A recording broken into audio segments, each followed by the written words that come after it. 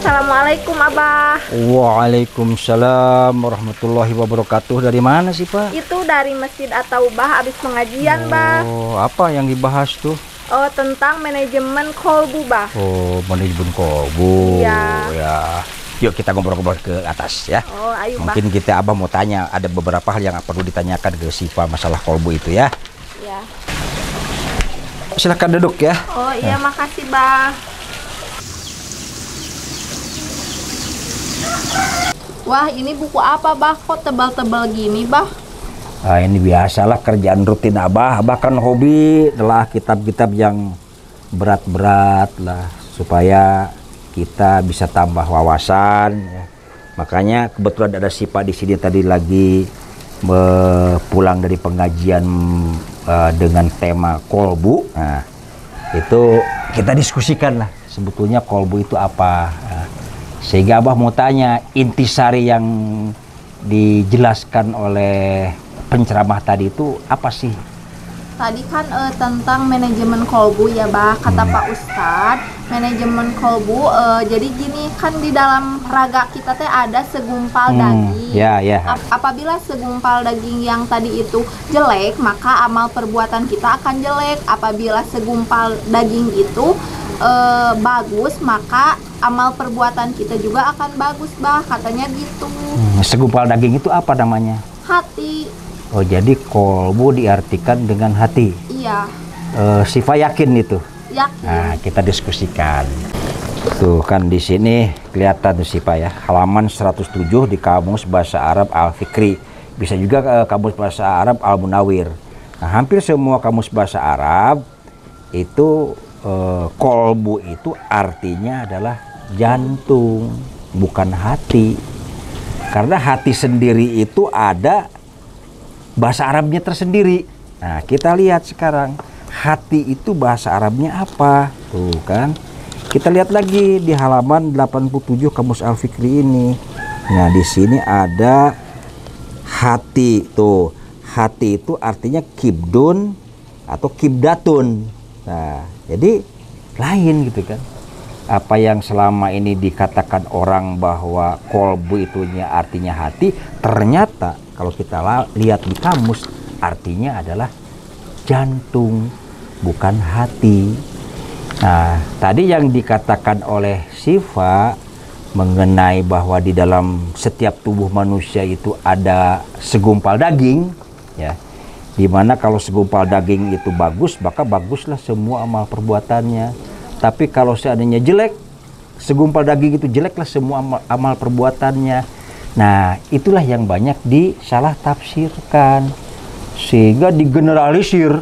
Nah, padahal hadis itu menunjukkan bahwa yang bagus atau yang jelek itu bukan amal perbuatannya, tapi jasadnya gitu kan. Jadi kalau di sini ada hadisnya nih. Ini hadis riwayat Bukhari nomor 52 atau hadis riwayat Muslim nomor 1599. Nah, bunyinya gini. Ala wa inna fil jasadi mudghah. Ya. Ingatlah bahwa di dalam jasad itu ada segumpal daging. Iza sholahat sholahal jasadu kulluhu. Nah, jadi ida sholahal jasadu kulluhu. Kalau seandainya baik, ya, segumpal daging itu, maka baiklah semuanya, gitu kan. Nah, kemudian lanjutannya, waida pasadat, jika seandainya rusak, jika seandainya jelek, pasadal jasadu kulluhu, maka rusaklah semuanya. Jadi yang rusak itu apa? Bukan amal perbuatan, tapi jasad. Artinya hadis ini berbicara masalah kesehatan, ya. Kalau jantungnya bagus, ya kesehatan kita bagus. Tapi kalau jantungnya tidak bagus, ya kesehatan juga kita tidak bagus. Karena jantung jasad ini, jantung jasadiah ini terbagi menjadi beberapa bagian. Tuh, ada yang namanya serambi, ada yang namanya bilik, tuh ya, bilik jantung. Ada yang namanya katup jantung, tuh. Ada yang namanya siklus darah di jantung itu yang bolak-balik ya. Makanya disebut kolbun atau kolabu, berasal dari kata kolabu itu artinya bolak-balik, menghisap kemudian menghisap kemudian menyalurkan darah-darah. Makanya disebut kolbun, kolabu dari kata kolabu, bolak-balik gitu kan darah itu. Nah, jadi hadis ini tidak ada kaitannya dengan amal perbuatan, amal soleh dan lain sebagainya, tapi hadis yang menunjukkan kesehatan tubuh manusia. Kalau jantung ini bagus, maka ya manusia juga akan sehat tubuhnya gitu kan. Nah, Abah tambahkan supaya lebih jelas lagi, supaya ya lebih yakin kan. Ada orang mengatakan tobibul kolbi. Nah, tobibul kolbi itu bukan dokter hati, tapi tobibul kolbi itu artinya dokter jantung. Nah, terus ada istilah tuh kan, ada debar jantung. Nah, debar jantung itu bahasa Arabnya hobku wahofakotul kolbi. Nah, itu debar jantung ya. Jadi bukan debar hati itu.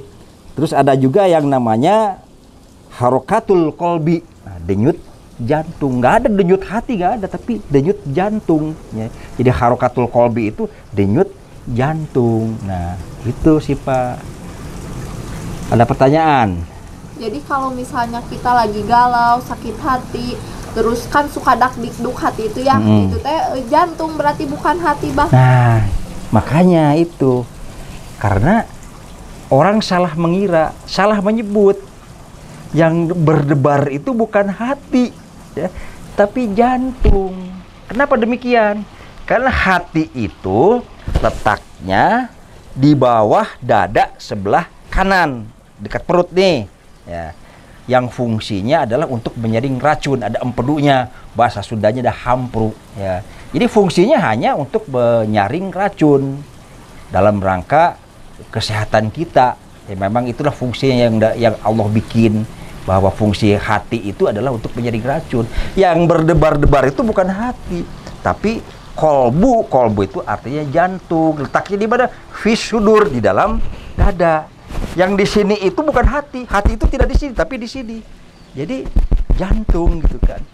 Nah, kemudian katanya tadi pertanyaannya, kok kita galau, kita marah dan lain sebagainya. Apakah itu jantung juga atau kolbu juga? Nah, kolbu itu kita bagi dua. Ada kolbu yang namanya kolbu jasadiah. Nah, kolbu jasad yang ada di sini. Nah, ada juga yang namanya kolbu rohaniah. Kalau yang di Quran dikatakan bahwa khotamallahu ala qulubihim, itu kan, jadi Allah telah mengunci hatinya. Ya. Nah, yang dimaksud oleh Quran itu di sana, kolbu di sana itu adalah kolbu rohaniah. Di mana kolbu rohaniah ini terbagi menjadi beberapa bagian. Ada yang namanya fuad. Ya. Fuad itu mata batin. Ada yang namanya sagof. Sagof itu kolbu nurani. Nah, ada juga yang namanya lubuk hati. Nah, jadi kolbu rohani juga terbagi-bagi ya. Kalau ada yang namanya fuad. Nah, kalau bahasa Sundanya atau mungkin di daerah Sunda itu fuad itu darlih. Jadi kesadaran galih ya, sadar galih. Jadi kesadaran yang menyangkut pikiran, otak, bukan otak, pikiran, atau kesadaran intelektual. Ada juga yang namanya darsa. Nah, darsa itu kesadaran rasa, nah, atau kesadaran di lubuk hati. Ada juga yang namanya kesadaran karsa, ya sagof, gitu. Itu kalau di orang Sunda bilangnya demikian. Tapi yang jelas bahwa bahasa Arabnya kolbu rohaniah, kalau di Sunda itu namanya manah, gitu kan. Di mana manah ini terbagi menjadi caraka, cipta, rasa, karsa. Ada kesadaran berpikir, ada kesadaran merasakan, ada kesadaran kehendak. Nah, tadi yang menggebu-gebu itu tadi adalah kolbu rohaniyah namanya. Tapi antara kolbu rohaniyah sama kolbu jasadiyah itu ada hubungan, ada poros yang menghubungkan antara kolbu rohaniyah sama kolbu jasadiyah. Nah, kalau sifat sedih, kalau sifat galau, nah otomatis di kolbu rohaniyah ini memberikan tanda ke kolbu jasadiyah. Nah, jadi kolbu jasadiyah itu memberikan indikator jantungnya tegan, jantungnya tidak stabil iramanya itu kan. Kadang-kadang mungkin iramanya cepat atau mungkin lambat. Nah, itu hubungannya sangat erat antara kolbu rohaniyah dengan kolbu jasadiyah. Ada poros yang menghubungkan ya. Jadi apapun yang dirasakan oleh kesadaran pikiran kita, kesadaran perasaan kita, kesadaran intelektual kita, kesadaran spiritual kita, itu akan langsung ya. Itu indikatornya di jantung jasadiyah.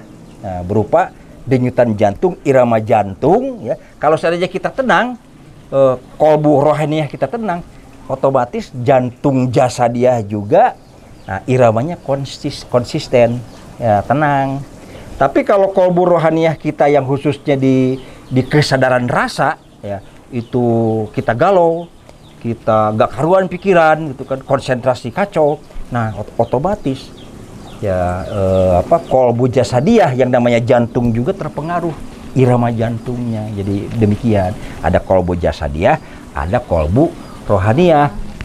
Tapi yang hadis Nabi tadi ya, itu yang diriwayatkan oleh Muslim nomor hadis 1559 itu adalah yang dinamakan dengan kolbu jasadiyah. Jadi kalau jantung jasadiyahnya bagus ya sehat kita. Tapi kalau rusak jantungnya atau mungkin gagal jantung atau jantungnya berhenti ya matilah kita gitu. Itu maksudnya. Jadi tidak ada hubungannya dengan jangan ditafsirkan dengan baguslah amal perbuatannya. Tidak ada hubungannya dengan amal perbuatannya itu, tapi hubungan dengan hadis yang menunjukkan kesehatan tubuh manusia, di mana jantung itu merupakan inti pokok dari segala-galanya ya, yang bisa menunjukkan apakah kita sehat atau tidak sehat, apakah tubuh kita bagus atau tidak bagus. Itu yang namanya kolbu jasadiyah atau jantung. Jadi bukan hati. Tapi karena memang sudah diucapkannya selama ratusan tahun, mungkin puluhan tahun, ratusan tahun, orang mulut itu udah otomatis aja. Kalau ada kata-kata kolbu, dalam pikirannya langsung otomatis ngomongnya ucapannya hati. Padahal terbuktikan di sini kan berbagai kamus bahasa Arab tidak pernah menyebutkan kolbu itu artinya hati. Karena memang bahasa Indonesia itu mungkin vokabularinya mungkin agak sedikit kurang pas kalau pengertiannya. Kolbu jasadiyah diterjemahkan dengan hati, itu kasusnya sama dengan sholat diterjemahkan dengan sembahyang. Nah, padahal dua kata itu artinya lain. Ya, sembahyang itu menurut Abah hukumnya musyrik loh. Kenapa jadi musyrik? Bahkan sholat sembahyang itu. Nah, itu kan terjemahannya yang tidak tepat. Orang banyak yang tidak tahu bahwa sembahyang itu ya berasal dari dua kata. Ya, dua kata, sembah dan hyang. Sembah itu menyembah, beribadah. Hyang itu dewa. Nah, harus yakin. Ini ada di sini. Di Kamus Sangsekerta nih, Kamus Jawa Kuno, Kamus Sangsekerta, karangan Profesor Dr. Zoetmulder, karangan Profesor Dr. Sumarti Supraitno. Di sini dijelaskan tuh. Ini lihat tuh, hyang ini dewa tuh kan di sini. Hyang ini artinya dewa. Jadi sembahyang itu menyembah kepada dewa. Padahal kita harus menyembah ke Allah. Jadi sebaiknya sholat itu jangan diterjemahkan sembahyang. Tapi bagaimana? Ya sudah terlanjur, udah ratusan tahun, udah puluhan tahun mungkin ya. Orang itu seolah-olah sembahyang itu sama dengan sholat. Ya kenapa? Karena yang mengucapkan mungkin orang-orang yang berpangkat tinggi. Bahkan ada tulisan di mana-mana, sembahyanglah sebelum disembahyangkan. Mestinya sholatlah sebelum disolatkan. Jangan diterjemahkan sebagai sembahyang. Kolbu juga jangan diterjemahkan sebagai hati. Oh jadi gitu ya, Bah. Jadi selama ini Sipa salah menyebut kolbu itu hati, ternyata kolbu itu jantung. Dan kalau misalnya bilang sembahyang itu musyrik, jadi Sipa nanti lagi jangan bilang gitu ya Bang? Iya. Oh, jadi gitu Bang. Mungkin Sipa ingat ada doa yang bunyinya ya muqallibal qulub sabit qalbi ala dini. Nah, itu. Wahai Zat yang maha membolak-balikan jantung, ya. Teguhkanlah hatiku di atas agamamu. Nah, jangan lagi membolak-balikan hati, ya. Karena hati itu tidak pernah bolak-balik.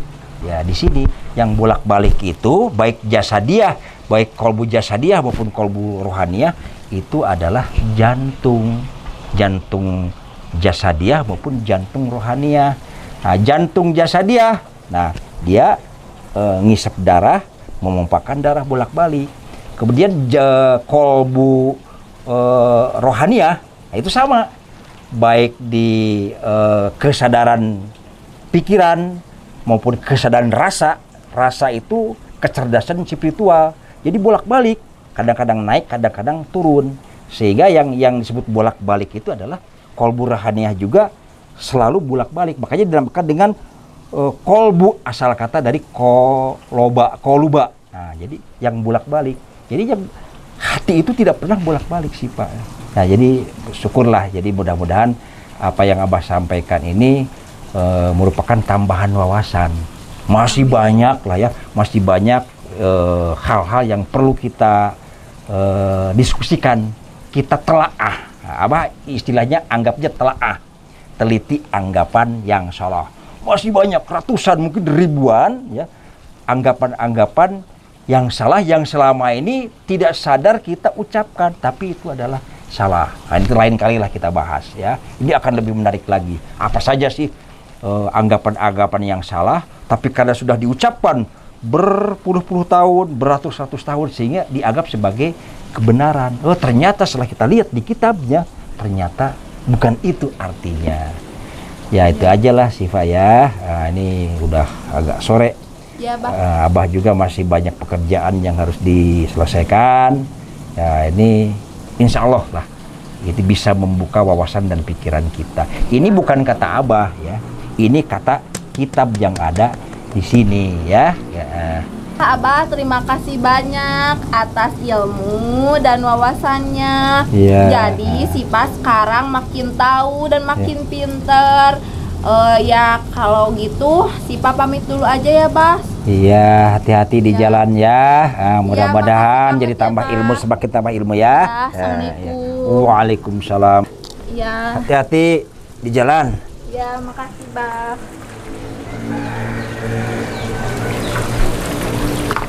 Mari Bas. Ya, mangga.